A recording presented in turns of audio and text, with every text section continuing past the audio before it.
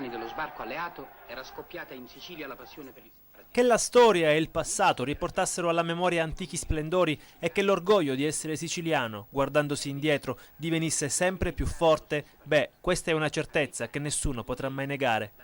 La Sicilia non solo terra di mafia, la Sicilia è stata per secoli una terra nobile e di straordinaria importanza.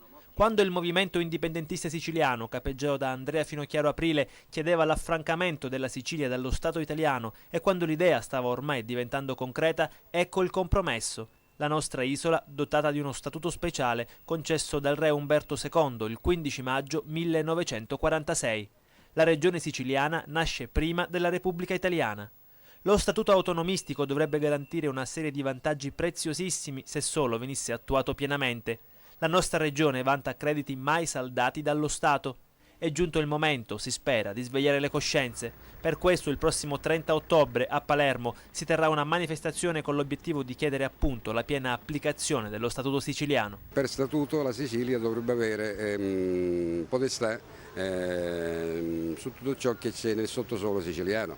Penso per esempio al petrolio. Dalla Sicilia si estrae circa il 20% del petrolio del fabbisogno nazionale. Penso al gas metano di cui la Sicilia è ricca, perché sappiamo che dove c'è petrolio c'è gas. Se fosse realmente applicato lo statuto siciliano, la Sicilia sarebbe una delle regioni più ricche d'Italia.